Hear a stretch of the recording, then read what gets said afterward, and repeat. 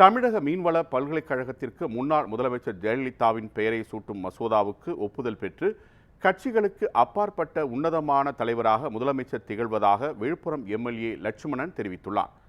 தமிழக முதலமைச்சர் ஸ்டாலினின் 72வது பிறந்த தின விழாவை முன்னிட்டு ஏழை எளிய மக்களுக்கு நலத்திட்ட உதவிகள் வழங்கும் விழா விழுப்புரம் மத்திய மாவட்ட பொறுப்பாளரும் எம்எல்ஏவுமான லட்சுமணன் தலைமையில் கண்டமங்கலம் மேற்கு ஒன்றியத்தில் நடைபெற்றது.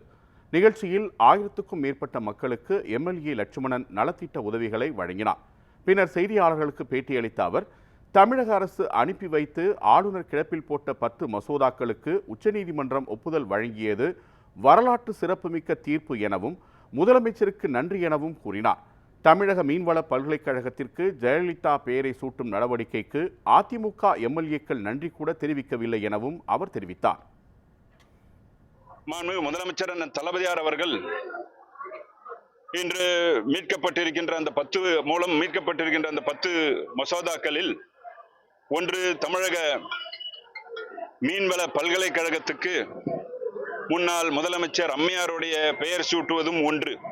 கடந்த அதிமுக ஆட்சி காலகட்டத்தில் கொண்டு வந்த அந்த மசோதாவை பாதுகாத்ததன் மூலம் இன்று கட்சிகளுக்கெல்லாம் அப்பாற்பட்டு ஒரு உன்னதமான தலைவராக திகழ்ந்து கொண்டிருக்கின்றவர் மாண்புமிகு தமிழ்நாடு முதலமைச்சர் அண்ணன் தளபதியார் அவர். இதற்கு கூட சட்டமன்றத்தில் அதிமுக சார்ந்தவர்கள் யாரும் நன்றி தெரிவிக்கவில்லை என்பது ஒரு வேதனையான விஷயம்தான்.